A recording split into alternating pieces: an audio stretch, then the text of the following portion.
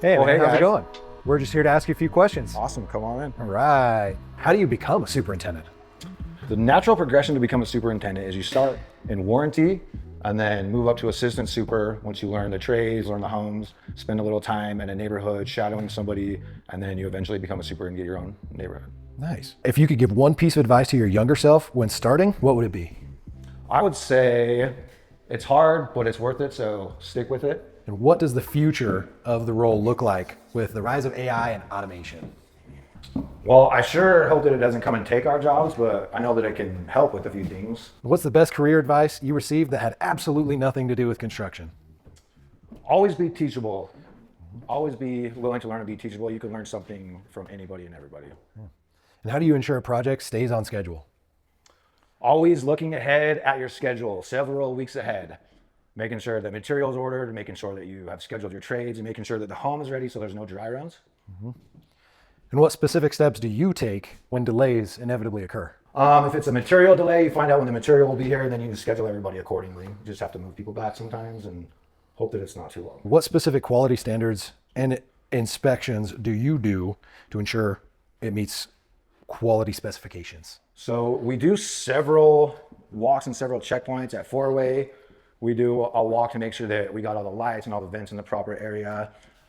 Finished homes, we do a punch list to make sure that everything's complete and that there's no damage to the home or anything that's missing or broken. How do you coordinate and manage the different subcontractors and trades on a busy site? You just want to make sure that everybody follows your schedule accordingly. You don't want people working in the same home on top of each other, and you want to make sure that everybody has what they need to do their job when they arrive.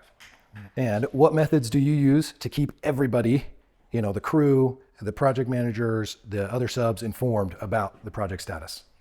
The marks, we are very big on following the mark schedule. We want all of our trades and supers and office and everybody to be able to follow the mark schedule. So that's the number one thing. And then we send out text messages just to ensure that people are following. Yeah.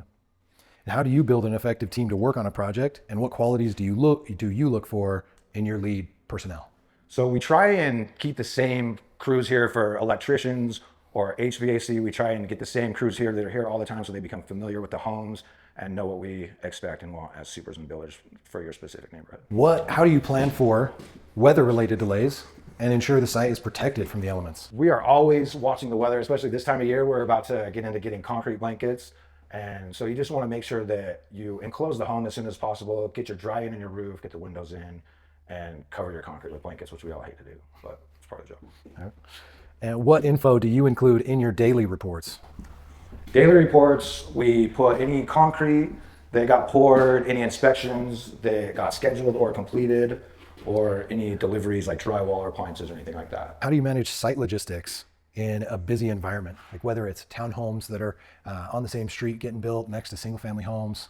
Constantly. Yeah. We are constantly having people moving material, especially where we have people living. We have to coordinate garbage day with deliveries of drywall and roofing material and things like that. So sometimes that can be tougher building townhomes. Yeah. What's your method for tracking and managing change orders once they've been approved to ensure the field work is aligned with the new scope?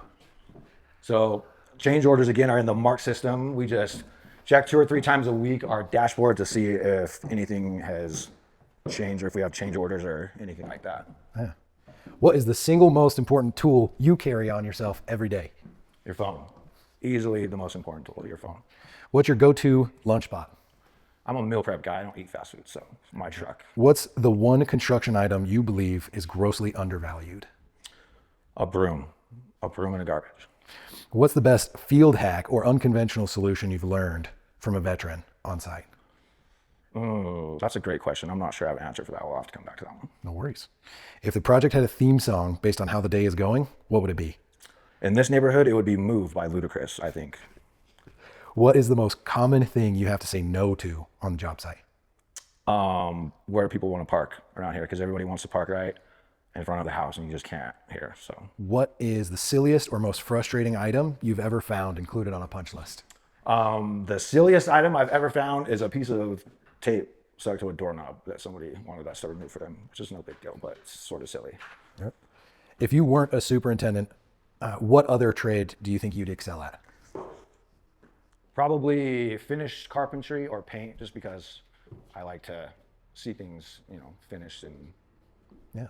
What's your secret to maintaining your patience and focus when you're surrounded by nonstop noise and conflicting ratios? small breaks, take small breaks.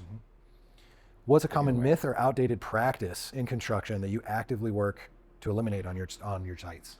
That you have to be an a-hole to get things done, and that you have to be ornery. That's not true. You can get a lot more done being nice to people and treating people well than being gruff with people, I think. So Yeah. If you could permanently ban one site noise, what would it be? radios, certain radios that are really loud would be the first thing to go. All right, definitive answer to the age-old question: coffee or energy drink? Coffee, always coffee. All right. All day. And what's the unwritten rule that everyone on your site instantly understands? Clean up after yourself and let me know if there are any problems or any issues. What's the one task or responsibility you would happily delegate forever if you had the chance? Homeowner walks. I would always delegate homeowner walks. If your crew had a mascot, what animal would it be? I would say a raccoon. What is one piece of equipment, the one that always disappears, that you miss the most? All my drills that I've lost over the years. If you could have a superpower specifically for the job site, what would it be? I would like to have the ability to be in all of the units all day long so I can never miss anything that happens. What is your favorite stage of construction on any project? I would say the final clean, because you can see in the fruits of your labor and you can see the final product, and it's pretty cool. Yeah. What's one small convenience you miss the most when you're working on an underdeveloped site? Cell phone service. I feel like we're out here in the middle of nowhere where we don't have any cell phone service, and it's windy, so that sucks too. What is the most common piece of PPE you see people trying to cheat on? Safety glasses. When you finally get home, what's the first thing you do to transition out of super mode? Go to the gym on my way home. There you go. If you had to describe your job to a 5-year-old, what 3 words would you use? We build houses. And why do you love working for Wright Homes? The people. I think that we all get along very well. The office people, the agents, the construction guys, we all have each other's cell phone numbers, and we're all just a phone call away, and we all get along really well. I think that's great. So. Nice. Thank you, man. We Yeah, really of course. appreciate your time, and we'll let you get back to it. Okay. Thank you, guys.